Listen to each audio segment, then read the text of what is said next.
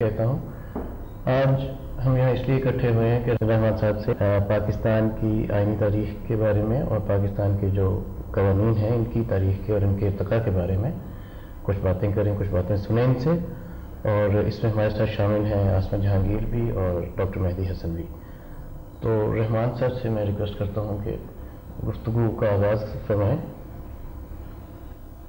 دیکھیے، پاکستان کے آئین کے بارے میں کئی بنیادی پیچیدگیاں ابتدا سے ہی پیدا ہو گئی تھیں. پہلی بات تو یہ کہ جب انگریزوں کے خلاف آزادی کی جدوجہد جاری تھی تو دو جماعتوں کا ریکارڈ خاصا مختلف تھا. مثلا انڈین نیشنل کانگریس نے بھوبانیشور میں اپنا آئین کا خاکہ بنایا تھا اور ایک آئین کا خاکہ ان کے پاس 1928 کی نہرو رپورٹ کی شکل میں موجود تھا. 1930 کی دہائی میں انہوں نے بنیادی حقوق کے بارے میں اپنے بنیادی سوالات طے کر دیے تھے. اس کے مقابلے میں پاکستان مسلم لیگ کا حال یہ تھا، انڈین مسلم لیگ کا حال یہ تھا کہ انہوں نے ہمیشہ کسی آئینی خاکے پہ کام کرنے سے گریز کیا، بلکہ متعدد بار جب کوششیں کی گئیں تو یہی کہا گیا کہ یہ سوال اس وقت نہیں اٹھایا جانا چاہیے، جب پاکستان بن جائے گا تو پھر فیصلہ کیا جائے گا کہ کس قسم کا آئین ہوگا.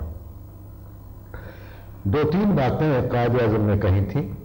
ایک تو یہ کہ ان کے خیال کے مطابق پاکستان ایک پیپلز ڈیموکریسی ہوگا، اور ایک دو جگہ انہوں نے یہ کہا کہ اس میں بنیادی حقوق کا تحفظ کیا جائے گا، لیکن اس کی تفصیل نہیں تھی.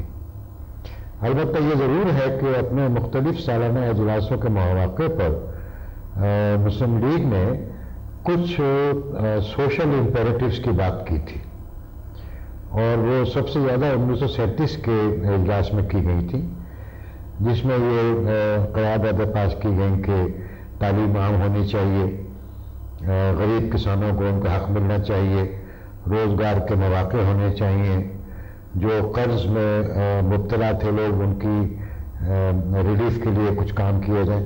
تو یہ ایک 1937 کا ایک جو پروگرام تھا، اس کے علاوہ انڈین مسلم لیگ کے پاس کوئی ایسا واضح لاعمل نہیں تھا. پھر مسئلہ یہ پیدا ہو گیا کہ جب پاکستان بنا تو میرا خیال ہے کہ مسلم لیگ کے لیڈروں کی توقعات کے برعکس پاکستان کی نصف سے زیادہ آبادی مشرقی پاکستان میں تھی اور نصف سے کم آبادی جو تھی وہ مغربی پاکستان میں تھی. تو شروع سے اس بات میں یہ تنازع کھڑا ہو گیا کہ مشرقی پاکستان کے لوگوں کو اور سیاستدانوں کو پاکستان کی پاور سٹرکچر میں اسپیس کی جستجو تھی. اب آپ نے فیصلہ کر لیا کہ کراچی کیپٹل ہوگا. وہ کہہ سکتے تھے کہ کیپٹل ایسٹ پاکستان میں ہو. خیر یہ بات گزر گئی ان کے سر سے، تو اس کے بعد انہوں نے کہا اچھا ہماری زبان کا کچھ خیال رکھیں، ہماری عددی اکثریت کا کچھ خیال کریں. تو شروع دن سے یہ مسئلہ پیدا ہو گیا کہ آئین کس طرح سے بنایا جائے، اور اس میں مشکلات آتی رہیں. کچھ لیڈروں کا یہ خیال تھا کہ آئین نہیں بنے تو کیا حرج ہے، کیونکہ ان کے پاس انڈین انڈیپینڈنس ایکٹ تھا اور گورنر جنرل کو اختیارات تھے کہ وہ اس میں تبدیلی کر سکتا ہے. تو میرا یہ خیال ہے کہ اس وقت کی قیادت کو اس انہیریٹڈ آئین میں کوئی زیادہ خرابی نظر نہیں آتی تھی، لیکن اس کا نقصان بہت ہو گیا. میں اس کے بارے میں تھوڑا زیادہ اسٹرانگلی فیل کرتا ہوں کہ 1947 سے 1956 تک آپ نے وائس ریگل نظام کو جاری رکھا، اور وائس ریگل نظام کے جاری رہنے سے عادات پختہ ہو گئیں. نظام پختہ ہو گیا اور جو نظام کو چلانے والے تھے ان کی عادات پختہ ہو گئیں. چنانچہ گورنر جنرل کو اور اس کے بعد پریزیڈنٹ کو یہ خیال رہا کہ وہ ہر طرح کی مداخلت کر سکتے ہیں آئینی سسٹم میں. تو یہ ایک بیک گراؤنڈ ہے جس کے پس منظر میں ہم کو دیکھنا چاہیے. جب 1956 میں آئین بنا تو وہ تمام باتیں بھول چکے تھے لوگ جن کا وعدہ آزادی کی جدوجہد میں کیا گیا تھا. مثلا لاہور ریزولوشن تو آپ نے پاس کیا جس میں لکھا ہے کہ ایک فیڈریشن ہوگی جس کے کانسٹیٹوئنٹ جو ہیں انڈیپینڈنٹ اور سوورن ہوں گے. لیکن جب 1956 کا آئین بنایا تو وہ زیادہ تر یونیٹری فارم آف گورنمنٹ پہ تکیہ کرتا تھا بمقابلے فیڈرل سسٹم کے. اور اس کے بعد پھر ماشاء اللہ آ گیا، پھر دوسرا بنا جو ایوب خان نے اپنی دانش میں اپنی مرضی سے اپنے ضوابط کے مطابق آئین بنایا، اس کا ذکر نہ کرنا بہتر ہے. لیکن جو 1973 کا آئین بنا اس میں بھی بعض باتیں فیڈرل اصول پہ بنائی گئیں. سارے سوالات جو فیڈریشن سے متعلق تھے وہ نہیں کیے گئے. چنانچہ آج تک وہ سلسلہ جاری ہے اور پاکستان کی آئین سازی کا کام کبھی مکمل نہیں ہوا.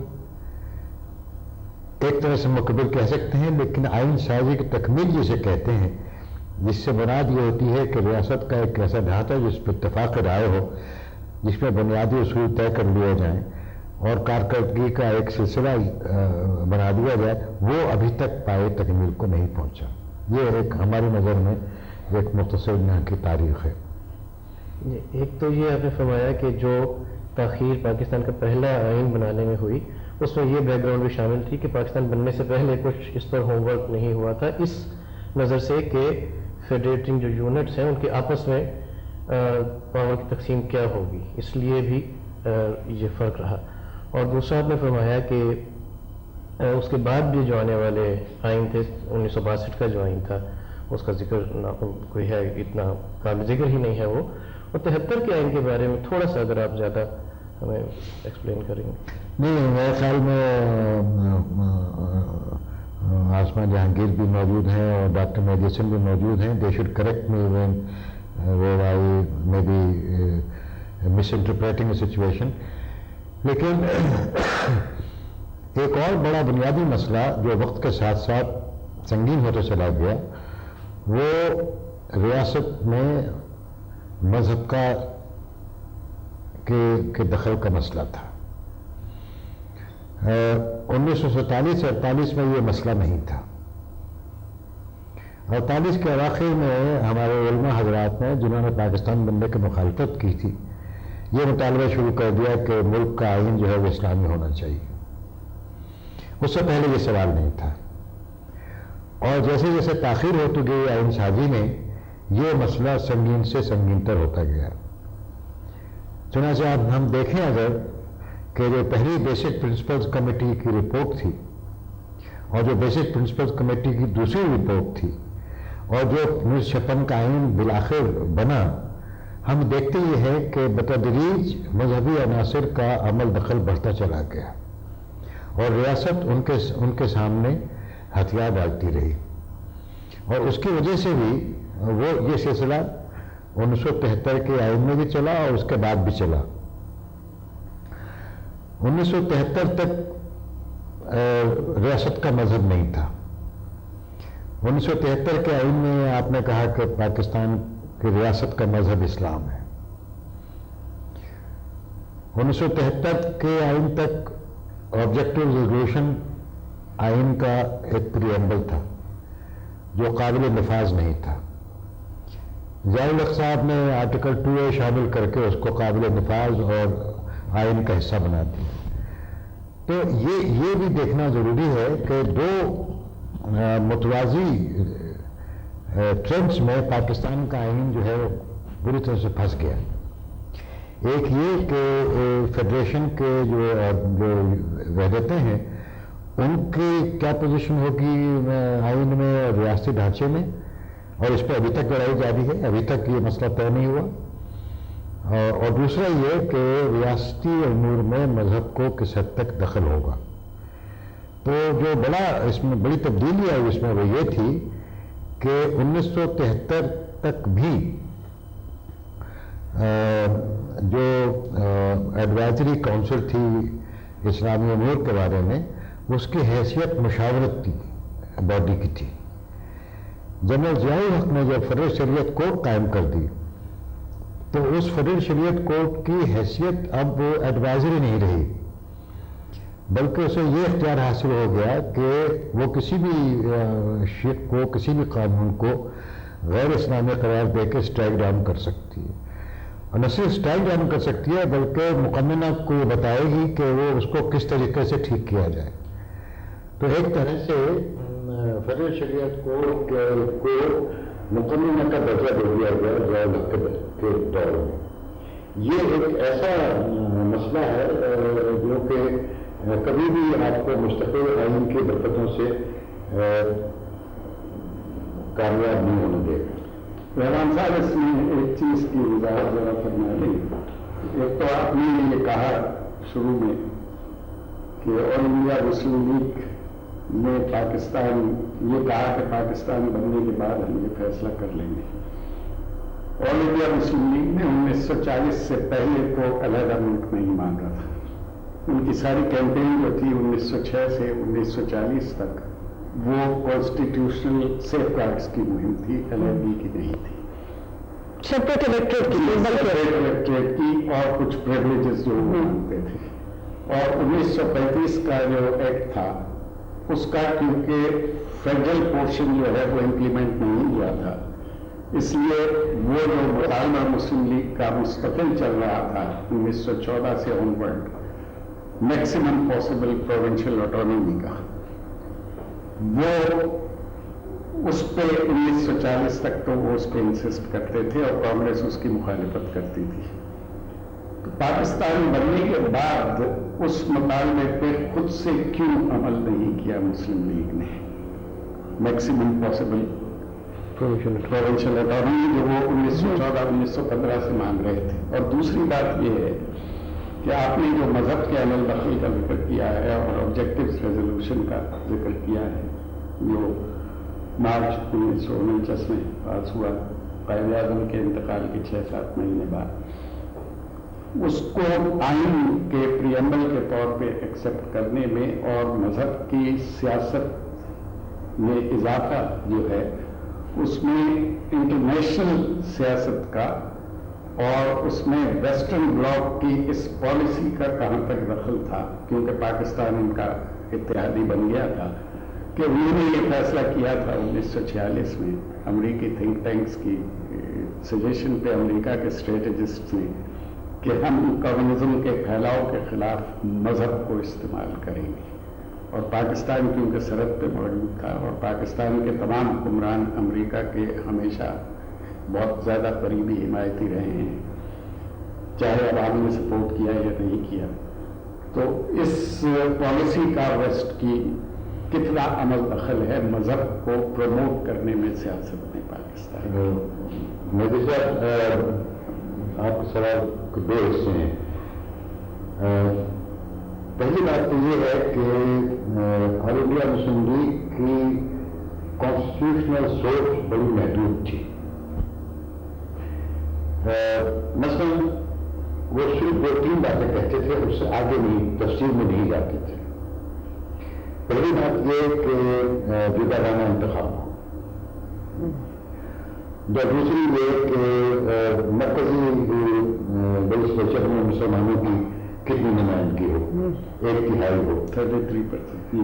کبھی کبھی میں یہ بھی کہا کہ ایسے معاملات جس کا تعلق کسی ایک خاص کمیونٹی سے ہو، جیسے مسلمانوں سے ہو، تو وہ اس وقت تک منظور نہ کیے جائیں جب ان کی اس کمیونٹی کی اکثریت اس کے بارے میں فیصلہ نہ دے۔ اس کے علاوہ کوئی لمبی چوڑی سوچ نہیں تھی۔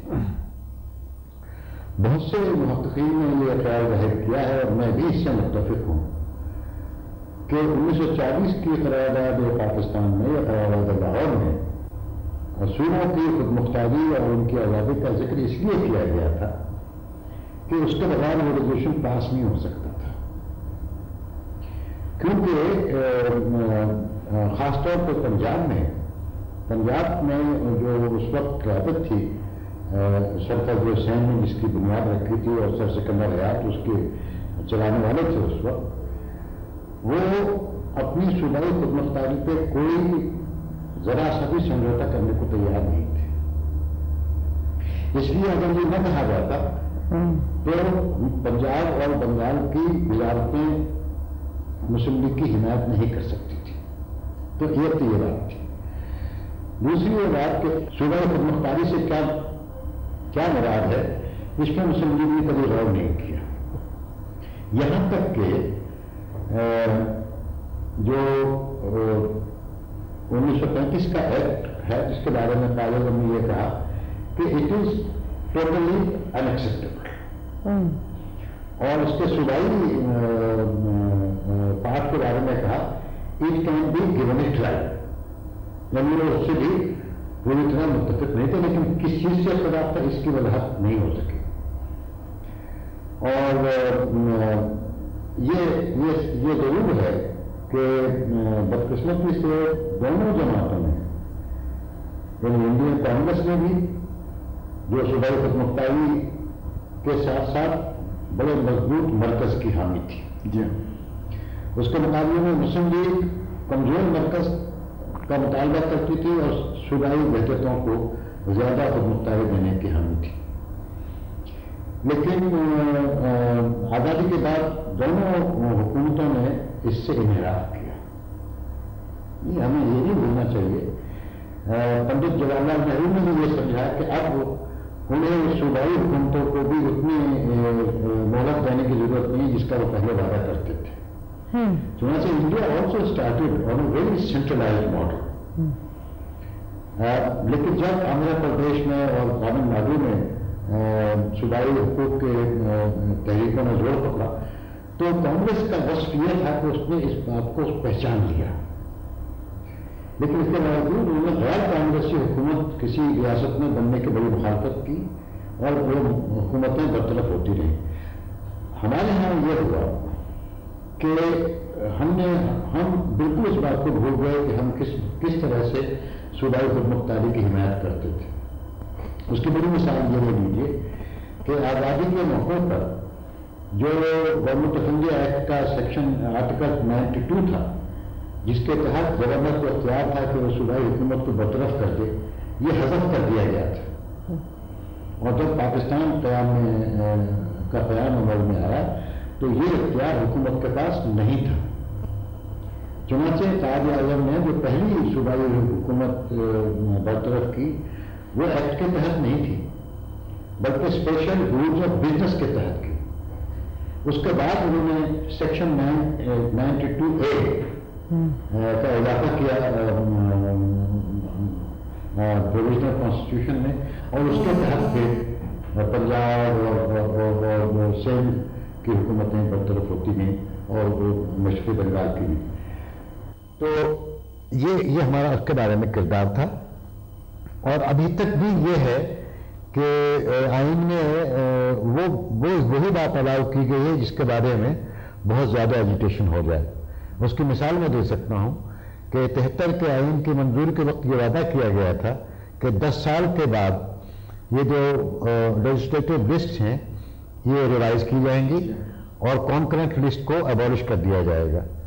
تو 1973 کو تو اب کتنے ہو گئے، 30 سال سے زائد ہو گئے، ابھی تک یہ وعدہ وفا نہیں ہوا اور یہ ابھی چل رہی ہے بات. دوسری جو آپ نے بات اٹھائی وہ یہ کہ گلوبل سچویشن کا یا مغربی بلاک کے ساتھ شامل ہونے کی وجہ سے ہمارے ریاست میں مذہب کے دخول کی کیا جواز بنا. یہ ٹھیک ہے، لیکن ہم خود بھی بہت اس کام پہ مائل تھے. اس کی وجہ یہ تھی کہ اگرچہ مسلم لیگ کی جو حیثیت تھی یا عوام نے جس طرح ووٹ دیا پاکستان کو اس میں ان کے مسائل کا دخل زیادہ تھا، مذہب کا دخل کم تھا، لیکن یہ بھی حقیقت ہے کہ 1946 اور 45 کے الیکشن میں بہت سی جگہ پہ خصوصاً پنجاب میں مذہبی عناصر کو ووٹ حاصل کرنے کے لیے استعمال کیا گیا اور وہ بات لوگوں کے ذہن میں آ گئی.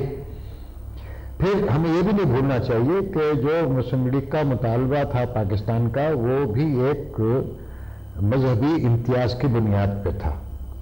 تو کچھ نہ کچھ بیج ہماری ریاست میں اور ہماری سیاست میں تھے اس قسم کے. پھر یہ مسئلہ پیدا ہو گیا کہ جب مشرقی پاکستان نے سب سے پہلے یہ کہا کہ ہماری زبان ہے، تو ہم نے کہا کہ اچھا نہ ہم آپ کی زبان مانتے ہیں نہ اپنی مانتے ہیں، چلیے اردو کو آپ نہیں مانتے تو ہم عربی کو قومی زبان بنا لیتے ہیں۔ اب لوگوں کو یہ بات یاد نہیں رہی ہے کہ کراچی سے ایک وفد بھیجا گیا اساتذہ کا، جس نے جا کے ڈھاکہ میں لوگوں سے کہا کہ بھئی عربی زبان جو ہے ہم اپنی بنا لیتے ہیں۔ لاہور ہائی کورٹ بار ایسوسی ایشن نے ریزولوشن پاس کیا کہ عربی ہماری سرکاری زبان ہونی چاہیے۔ تو ایک سیاسی مسئلے سے بچنے کے لیے اس وقت کے لیڈروں نے اس میں مذہب میں ایک ریفیوج تلاش کی۔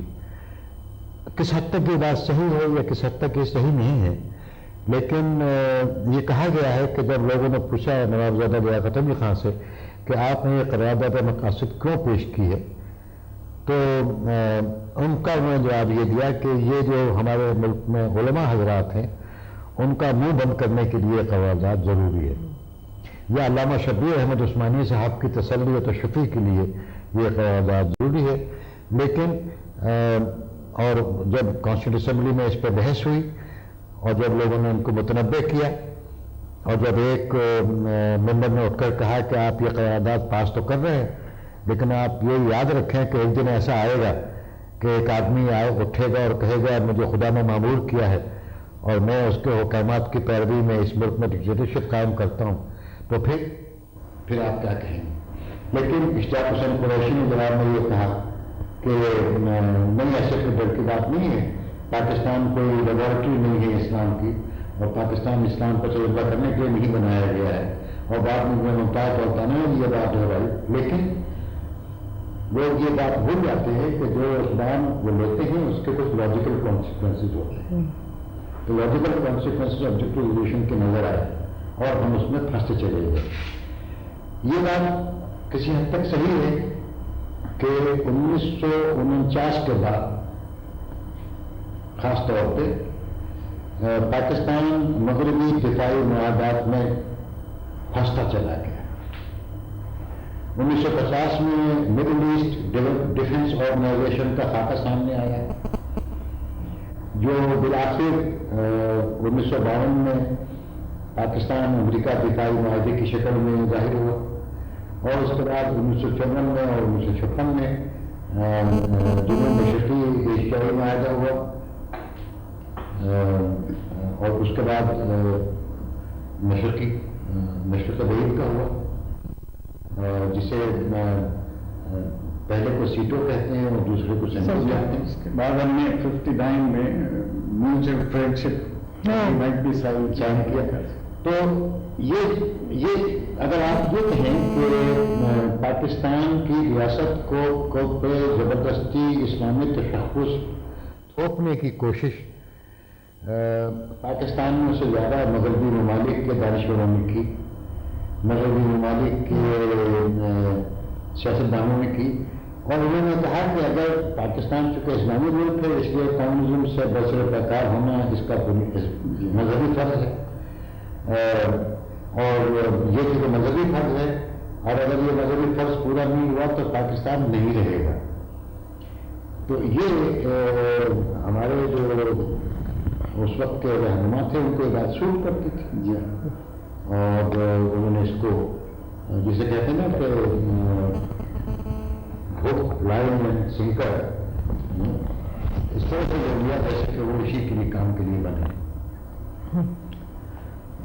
اچھا، اس میں یہ جو آئین میں ترامیم ہوتی رہی ہیں، خاص طور پہ 73 کے آئین میں بہت سی ترامیم ہوئی، اس کی طرف ہم دوبارہ واپس آتے ہیں، لیکن اس سے پہلے تھوڑی سی بات اس بارے میں ہم کریں گے کہ جو آئین میں پروویژنز موجود تھیں ان کو کس طرح سے پورا نہیں کیا گیا یا ان کی خلاف ورزی کی گئی۔